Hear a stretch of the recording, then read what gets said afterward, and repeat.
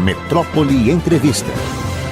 Agora mesmo eu vou conversar com um velho e queridíssimo amigo, grande figura da vida política e administrativa do nosso estado, geólogo, secretário de Minas e Energia, radialista, apaixonado por futebol, narrador, geólogo, vice-governador, governador, senador, governador e muitas outras coisas, superintendente da Sudene, se não me engano, e também hoje grande secretário da Fazenda da Prefeitura de Salvador, com uma característica básica de todos os governadores da Bahia que eu conheci, chamados de arruela. Não segura assim, não abre nem para se coçar. Mas é com enorme prazer que aqui eu entro na casa de Paulo Souto e ele na minha, e a gente vai conversar. Paulo, tá com saudade de você, que bom te ver, vai te ver bem. Você está bem, não está? Está se cuidando, Paulo? Bom dia, graças a Deus. Estamos sim, né? E uma forma mais amena de dizer certas coisas com relação a determinados grupos que tem que ter mais cuidado. Outro dia eu estava me lembrando. Quem é que tem que ter mais cuidado? O sujeito que tomou sorvete na primavera, para não dizer a idade, entendeu? Tomou sorvete na primavera, andou de bonde em Salvador. Então, é muito melhor do que essa história de dizer que tem 60 anos, 70, etc. E tal. Então, esse pessoal que fez isso, né? Que já andou de bonde, que assistiu o futebol no Campo da Graça, aí tem que ter um pouquinho mais de cuidado mesmo, se cuidar. Mas eu não posso deixar de, nesse momento, isso inclusive vai me fazer bem. Estou admirando aí seu estado estado de espírito, não, que está sempre bom, mas está com uma aparência ótima, de modo que deve estar se cuidando bem também, enfim, tendo o cuidado que todos devem ter nesse momento, que é um momento tão diferente para todos nós, e não vivemos no Brasil problemas como esse, né? E esse é um dos problemas, né? Uma população que não tem na história, né, momentos de dificuldades como essa que nós estamos vivendo nesse momento. Isso, às vezes, faz com que as pessoas relaxem um pouco, né? E, nesse momento, eu acho que definitivamente não é hora de relaxar, porque a coisa é séria e vamos procurar vencer isso com fé em Deus.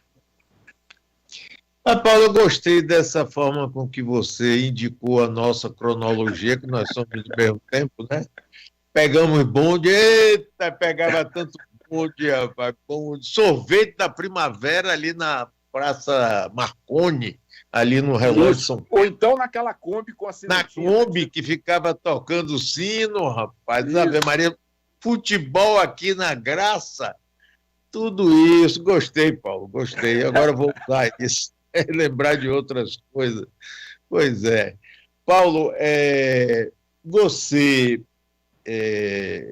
começou sua vida profissional como jornalista, radialista, como foi? Fale um pouquinho aí pra gente. Não, então, foi como radialista, e eu estou falando aos 14 anos de idade, né? Então, eu gostava muito de futebol e eu já contei essa história algumas vezes, mas não custa relembrar. Claro. Em Ilhéus, andava assim, 7h30, 8 horas da noite, ali nós íamos para defronte ao Cine Ilhéus, cinema que tem ali naquela praça, e quem gostava de futebol começava a conversar futebol, né? Começava futebol. Naquela época, sabe-se que no sul da Bahia, eu estou falando de algum tempo atrás, só se ouviam rádios do Rio de Janeiro, não tinha jeito. O futebol que se acompanhava naquela época era o futebol. Quando você perguntava a qualquer garoto, etc., naquela época, qual é seu time, o cara dizia logo, eu era Flamengo, Vasco, Fluminense, Botafogo. Nem o futebol de São Paulo tinha aquela repercussão nacional que tinha o futebol carioca. O seu era Fluminense, né? O seu é Fluminense. Sempre. Igual o Abraão também, que Jiquié só pegava a Rádio Globo e o Fluminense até hoje. Isso. Antes da Globo Nacional, hein? Antes da Globo Nacional, no tempo de Jorge Cury, que era um locutor espetacular. Então, aí alguém me via comentando, eu acho que era um dos poucos momentos em que vencia a minha timidez, quando estava falando em futebol, e aí alguém entendeu que eu podia trabalhar em rádio. E eu acabei indo e comecei aí, e foi uma experiência excepcional em minha vida. Comecei isso lá na Rádio Cultura de Ilhéus, né? Na época, o rádio em Ilhéus tinha alguns nomes muito expressivos, né? Dos quais todos se recordam, porque trabalhou aqui um sujeito espetacular chamado Armando Oliveira. Fantástico. Então, já estava no rádio antes de mim. O Djalma Costalino também trabalhava lá. Aí até hoje. Então, o irmão Fernando Costalino, que também. Então, tinha gente acima de mim, e eu, calouro, ousado, e, enfim, comecei a trabalhar. E, como eu disse, foi uma experiência excepcional. Isso influenciou muito. Seu pai era juiz, né? Juiz de direito. Acabou desembargador, conheci muito seu pai. Pois é, juiz de direito lá em Ilhéus, né? E retardando essas coisas, às vezes, quando eu digo, meus irmãos, às vezes, ficam, para que você fala isso e tal? Na verdade, ele ficou 10 anos em Ilhéus. No terceiro ano que ele estava lá, como graças a Deus, era um homem conceituado, no terceiro ano que ele estava lá, muitos amigos aqui do tribunal, disseram, mas Souto, por que você não você tem que vir para Salvador e tal, por toda a sua carreira, etc. Bem, não podia vir para Salvador porque não tinha condição de manter a família em Salvador. Uma família grande, e não havia como. Então, retardou até o máximo possível, né? Tanto que eu tive que vir para aqui, para Salvador, para fazer o pré-vestibular, né? Porque eu fiz todo o curso de ginásio científico em Ilhéus. Para fazer o pré-vestibular, eu tive que ficar na casa de um colega dele, que já tinha uma residência aqui. Então, naquela época, eu vim, comecei a fazer o cursinho pré-vestibular, e na casa desse colega dele, que tinha filhos que estudavam aqui também, aqui em Salvador, e foi assim. E nessa época, quando chegou isso, nós estamos falando em 62, quando chegou na metade do ano, né? Eu quando vim de lá já vim com uma certa indicação, uma indicação para trabalhar no Jornal à Tarde, feita por Luiz Viana, que foi deputado, etc. Mas não deu certo, e eu acabei indo trabalhar no departamento de Luiz Prisco Viana. Isso. Foi secretário de comunicação do doutor Luiz Viana. Ele trabalhou em Ilhéus, enfim, me conhecia lá, e nós trabalhamos mais ou menos na mesma época. Ele fez essa indicação inicial para o Jornal à Tarde, mas teve alguma demora, de modo que aquela vaga que tinha não teve mais, e eu acabei indo para a Rádio Sociedade, mas trabalhar não em futebol, trabalhar no departamento de notícias. E comecei assim, tinha que chegar lá muito cedo, e eu era uma coisa que naquela época se chamava de tradutor de telegramas, de telex, ou seja, pegava aquelas fitas enormes que vinham daquelas máquinas jurássicas, né? Hoje nós podemos falar assim, e que vinham naquela linguagem toda telegráfica que não tinha nenhum sentido, e transformava aquilo numa notícia para que os locutores lessem nos noticiários. Foi assim. Eu fiquei até a metade do ano trabalhando no departamento de notícias. Isso me ajudava a pagar o cursinho pré-vestibular. Eu já trabalhava, fiquei 3 anos em Ilhéus, né? Trabalhando de mais ou menos de 59 a 62, trabalhando na Rádio Cultura lá. Mas, enfim, aqui fiquei na Rádio Sociedade. Quando chegou no meio do ano, na metade do ano, eu trabalhando ainda no departamento de notícia, aí surgiu a possibilidade de que Luiz Sampaio, que era o comentarista, Foi deputado também depois, Deputado, grande figura também. Grande figura, né? Grande figura, ótimo comentarista. É. Ele se afastou para ser candidato a vereador. E eu, que na Rádio Sociedade já havia começado a trabalhar no esporte como locutor de pista, né? Naquela época era uma coisa interessante, mas você carregava um handtalk, que chamavam, que pesava quase uns 10 quilos. Enormes, né? Com aquela antena. E comecei lá. E quando surgiu essa vaga, eu fui para ser comentarista esportivo. E daí fiquei o resto de 62 e mais todo o meu período de faculdade, 63, 64, 65, 66, até me formar como comentarista da Rádio Sociedade. E não me sempre quero dizer isso, ressaltar isso, que isso foi extremamente importante na minha vida como um todo, não apenas na minha vida profissional, por essas características, né?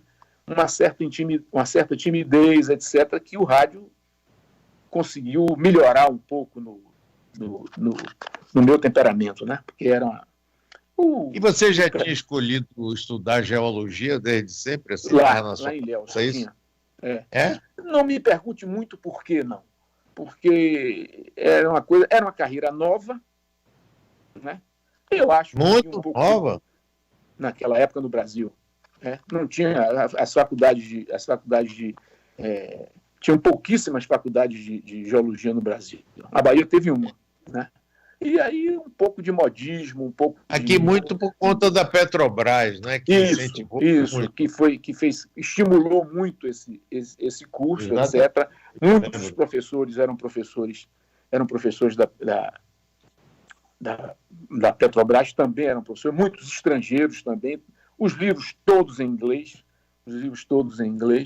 Uma escola é ali na Araújo Pinho, onde depois foi a escola de dança. Era ali inicialmente, né? E eu fiz lá o vestibular, passei, né? E durante esses 4 anos convivi trabalhando no rádio e trabalhando e estudando até me formar. Formei e fui para Itabuna. Quer dizer, voltei um pouco à região cacaueira e fui trabalhar na CEPLAC, uma equipe nova, 4 ou 5, para fazer um trabalho novo, que a CEPLAC não tinha na época, trabalho de realizar o mapa de toda aquela região, um mapa geológico que dava muito substrato ao conhecimento do solo. É um pouco de minha vida aí até esse período, né, já depois de minha formatura.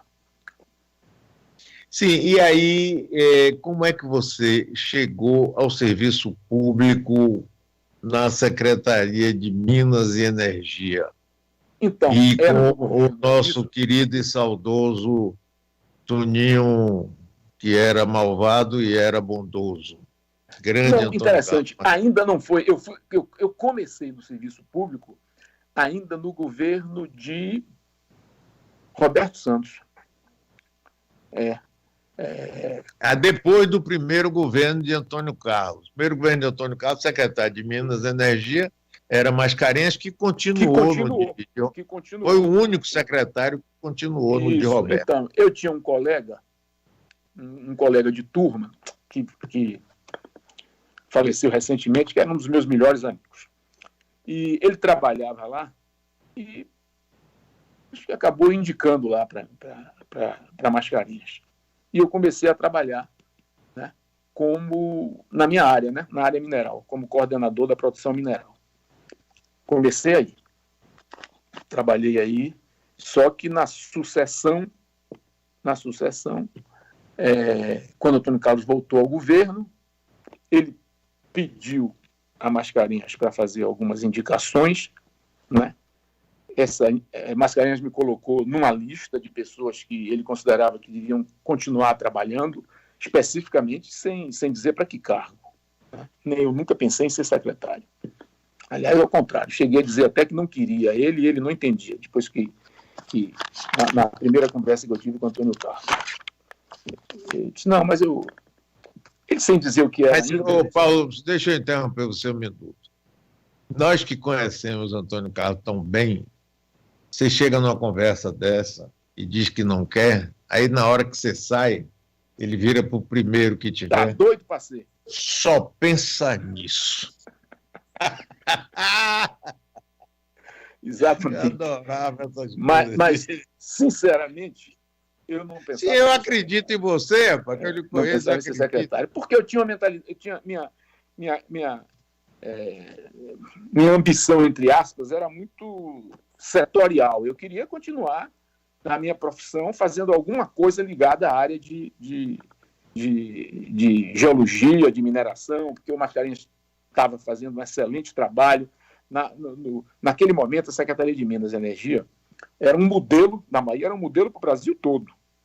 Porque Mascarenhas foi um grande secretário. Por características até pessoais dele, ele acabou tendo funções importantes nos dois governos que não eram nem típicas da secretaria, né? Como foi, por exemplo, a administração da questão do Porto de Aratu, do polo petroquímico, etc. De modo que era uma secretaria muito mais ampla do que naqueles objetivos que seriam normais da secretaria. Então, foi uma excelente escola que revelou muita gente. Naquela época se dizia, né, Mário, que e você que foi homem público nessa época, dizia o seguinte, que no Estado você tinha algumas ilhas que revelavam bons valores para a administração pública. O Desembanco era um deles naquela época, formava muita gente boa, etc., porque pagava salários melhores. A Secretaria de Minas e Energia era outra também, que revelou muita gente, daí saiu muita gente para postos diversos na administração. Então, essa conversa com o Antônio Carlos, quando ele disse que eu ia ser secretário, eu comecei, olha, mas eu sou um homem mais dessa área mineral e tal, tem esse negócio de energia. Aí, naquele jeito que você conhece, não se preocupe não, porque de energia eu entendo. Tinha sido... Ele tinha vindo da Eletrobras. Da Eletrobras, tá? Você trabalhou com ele lá. É isso mesmo. Não se preocupe não, porque isso aí eu entendo. Depois de ser secretário, eu fui nomeado prefeito, nessa mesma época, 79. É isso mesmo. E foi um período muito interessante, porque você conseguiu trabalhar bastante, eu mobilizei muito a COELBA. Desculpe, eu esqueci de citar, entre aquelas unidades do Estado que tinham um conceito de unidade de excelência, a COELBA também, né, que tinha muita gente que trabalhava na COELBA, também foi para o setor público. Mobilizamos muito a COELBA, começamos a preparar os projetos de tal forma que ele, quando ia a Brasília, etc., virava para Osório, que era o secretário, o que é que tem de projeto aí? Porque eu vou lá conversar com o Delfim e eu vou arrancar, o jargão na época, vou arrancar um fundo perdido, quer dizer, a transferência a fundo perdido sem ser por empréstimo, etc. Eu preciso de projeto. Só que, nessa época, no início de governo, geralmente as pessoas não estão muito... Mas eu joguei duro fazendo projeto, de modo que quando fazia isso, o governador está aqui, ó. Eu tenho esses projetos aqui. E acabava trazendo grande parte do dinheiro para a Secretaria de Minas e Energia. O objetivo daquela época, isso é interessante para a população entender um pouco, o objetivo principal naquela época na Secretaria de Minas e Energia era levar energia da COELBA às sedes municipais que ainda não tinham energia elétrica e que não eram poucas. Naquela época, nós estamos falando, portanto, no segundo governo dele, no início do governo, nosso objetivo era colocar energia elétrica da COELBA em 71 sedes ou cidades, né, que não tinham energia elétrica, que funcionavam à base do grupo gerador, que chegava às 10 horas, ó, pá, desligava um grupo, principalmente nas cidades pequenas, e só ia ter energia no outro dia à noite.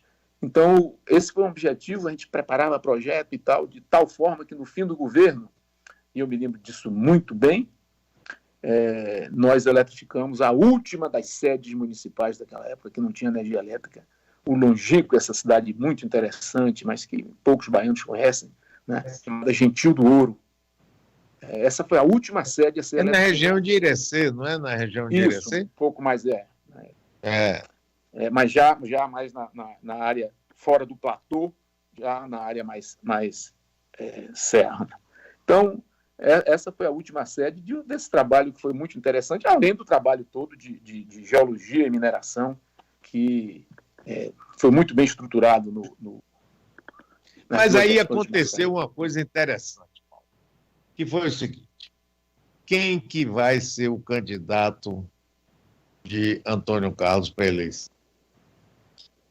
E aí, já mais para frente, ficou você no terceiro governo como vice-governador. Eu estou pulando aí um trecho, porque não diz tão profundamente a você. No terceiro governo, você vai de vice-governador. Isso. Mas tinha muito carlista querendo ir para o lugar dele. Inclusive, o que estava assim, se destacando mais era Valdec Ornelas. Eu me lembro que acompanhei, nós tivemos até Antônio Carlos se desincompatibilizou do governo para ser candidato a senador, você foi escolhido candidato a governador, saiu também, Baçaí foi eleito governador indireto na Assembleia Legislativa, o vice dele, Barbosa Romeu.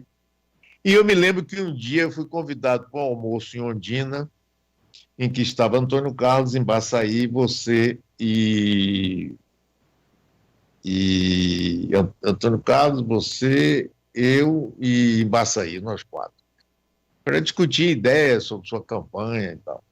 Mas naquele momento, Valdec ficou meio ressabiado, porque ele tinha certeza que era ele o candidato. E Antônio Carlos disse: Paulo, e você foi e ganhou com toda a sua timidez, com seu jeito assim político diferente. Você não é um político estilo Antônio Carlos, nunca foi. Claro. Não é? Mas você acabou sendo governador, eleito, reeleito, excelente governador. E eu acho que você desempenhou, rapaz, eu não estou querendo jogar elogio gratuito para você, não, mas eu reconheço o seu papel aqui. Você, homem sério, rapaz, duro, trabalhador, comprometido, né, preocupado demais, assim, que leva a sério as coisas. Você, rapaz, é um exemplo, viu? E eu aproveito essa oportunidade, Paulo, para te homenagear mesmo, de coração, porque eu acompanho a sua vida há muito tempo. Vi você no Senado, vi você... Antônio Carlos não quis que você voltasse ao governo, botou César Borges, você continuou lutando, mantendo sua posição. Você não era daqueles governadores que eram dóceis, Antônio Carlos, que você sabe, nosso companheiro, amigo, querido, saudoso, era mandão, né? Mas você tinha resistências ali e às vezes isso custava um pouco caro.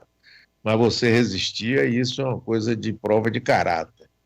E agora, rapaz, você aceitar ser secretário da Fazenda, da Prefeitura de Salvador, tendo sido tudo isso, eu acho que é uma coisa fantástica, Paulo, porque você está ajudando muito o Neto a fazer uma grande administração, segurando essa onda aí com lucidez, firmeza, sem aqueles exageros do seu antecessor aí na Secretaria da Fazenda, e ao mesmo tempo, junto, eu sei que o prefeito liga muito para isso e se liga muito nas finanças, dando uma estabilidade financeira à prefeitura que ela nunca teve nos últimos anos. Eu falo isso de cátedra, porque fui prefeito às vezes e vi como era a dificuldade. Vocês estão investindo, rapaz, uma quantidade de recursos agora, primeiro em obras de todo tipo.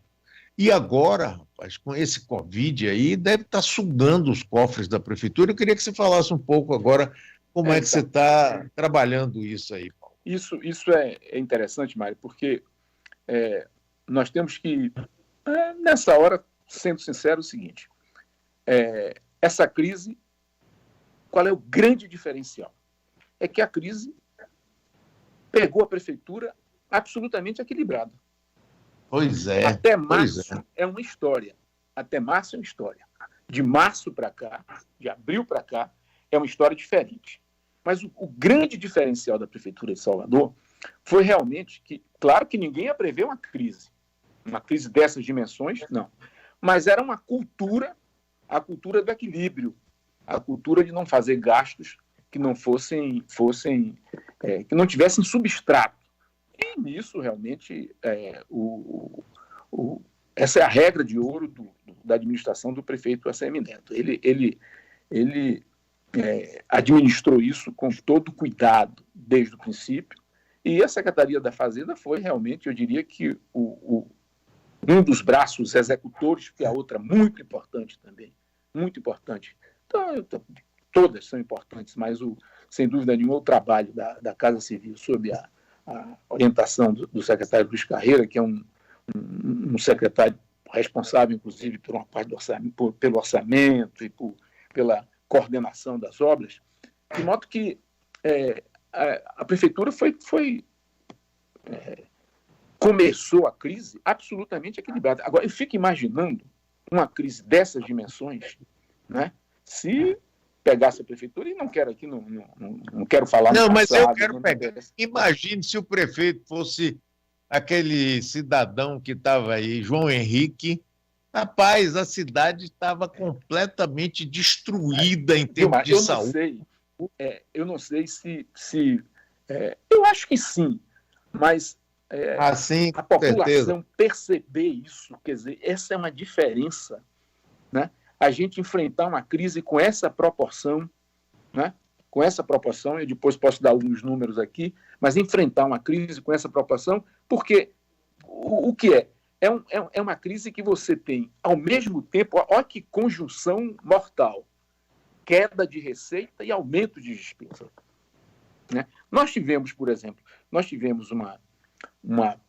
um período prolongado de recessão aí, a partir de 2015, etc., que você tinha receitas caindo, não com essa intensidade, né? Mas que você, de alguma forma, equilibrava, e o prefeito fez isso muito bem, segurando as despesas. A gente fazendo um esforço grande para manter ou melhorar a arrecadação. Mas agora é a conjunção, né? É a conjunção dessas duas coisas, receita caindo e despesa crescendo por evidente necessidade, principalmente com aquelas ações voltadas para o combate a essa pandemia. Então, felizmente, essa crise pegou a prefeitura equilibrada, mas é evidente que a partir de março, a partir de abril, essas coisas começam a mudar. Se nós temos toda hora queda de receita, temos despesas crescentes, nós estamos suportando isso, abrindo o jogo, nós estamos suportando isso de que maneira?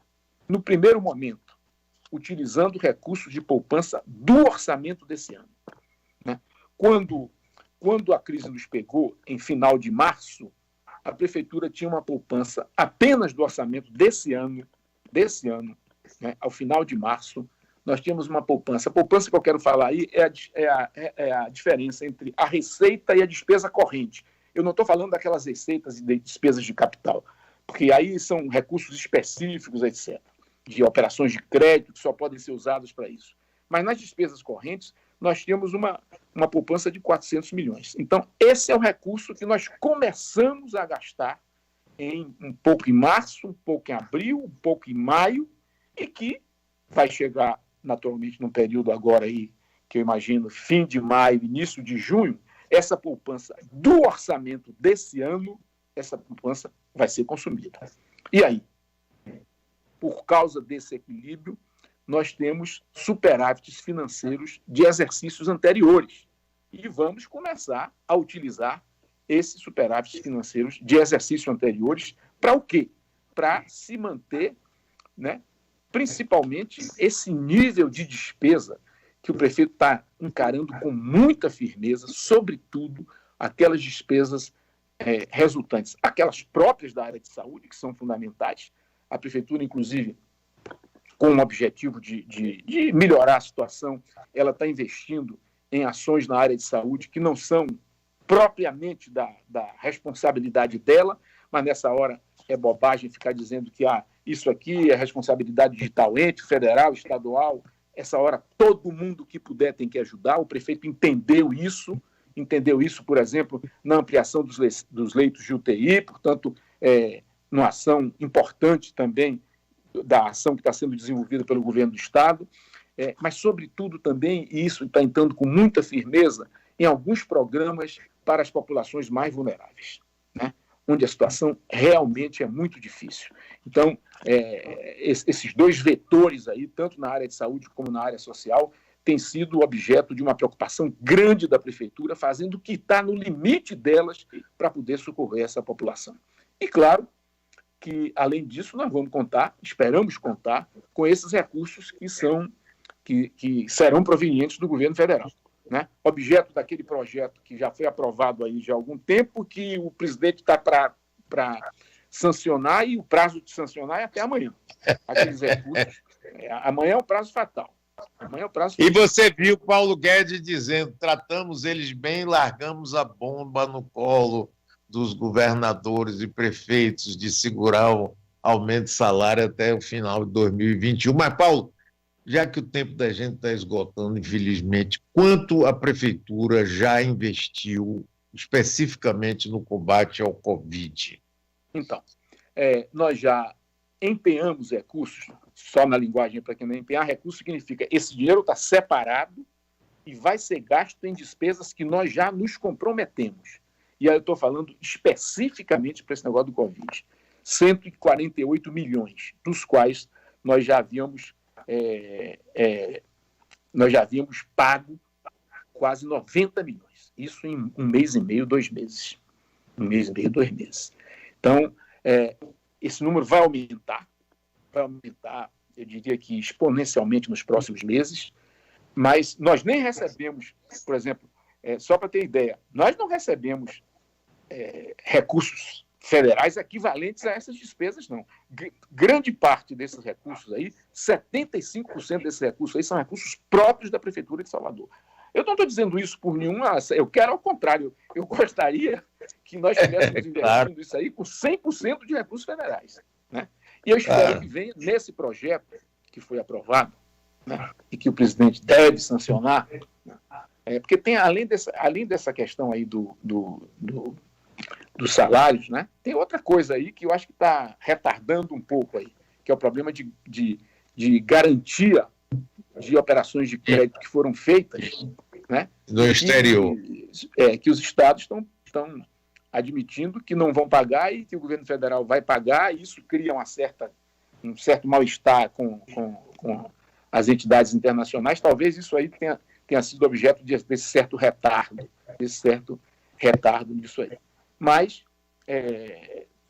claro, nós estamos esperando para a Prefeitura de Salvador, e nós não fomos absolutamente o critério que foi adotado, viu, Magda? Não foi um critério que nos favoreceu. Como uma população que tem uma arrecadação pequena e um município que tem uma arrecadação pequena e uma população grande, o critério que foi adotado para a distribuição desses recursos não foi o melhor, né? Tiveram outras capitais e outros estados que foram muito mais beneficiados com esses recursos do que Salvador.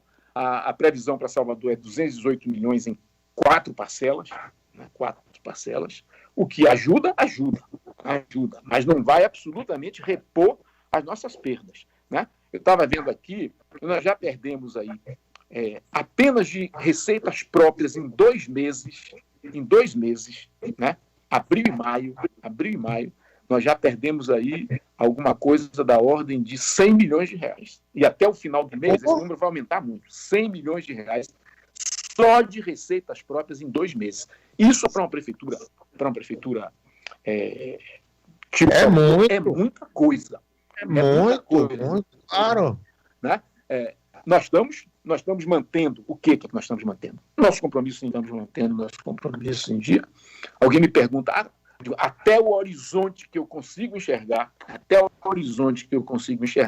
nós vamos levar isso aí. Vamos levar isso aí, até o horizonte que eu consigo enxergar. Agora, quanto tempo vai demorar isso? Qual é? Porque, por exemplo, abril foi um nível de perda. Maio já é um nível de perda muito maior na arrecadação, principalmente nas receitas próprias.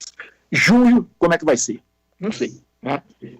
A gente fica fazendo projeção agora, fazendo cenário. Se a receita cair 30, se a receita cair 40, se a receita cair 50, mas o fato é que só de receitas próprias, em 2 meses, nós perdemos, sem completar maio, nós perdemos alguma coisa já de 100 milhões de reais, o que É muito, significativo para a Prefeitura de Salvador. Mas que bom, Paulo, que você e o prefeito deram grande importância. E realmente, olha, é a primeira vez na história recente que eu vejo a Prefeitura de Salvador caminhar com os seus próprios pés na área financeira, o que é fundamental para ter independência. E outra coisa, eu quero, infelizmente, temos que interromper, dar o meu abraço carinhoso a você pela amizade, pela admiração que tenho a você, parabéns pelo seu trabalho, e dizer que essa aproximação também do prefeito com o governador, rapaz, isso tem sido uma coisa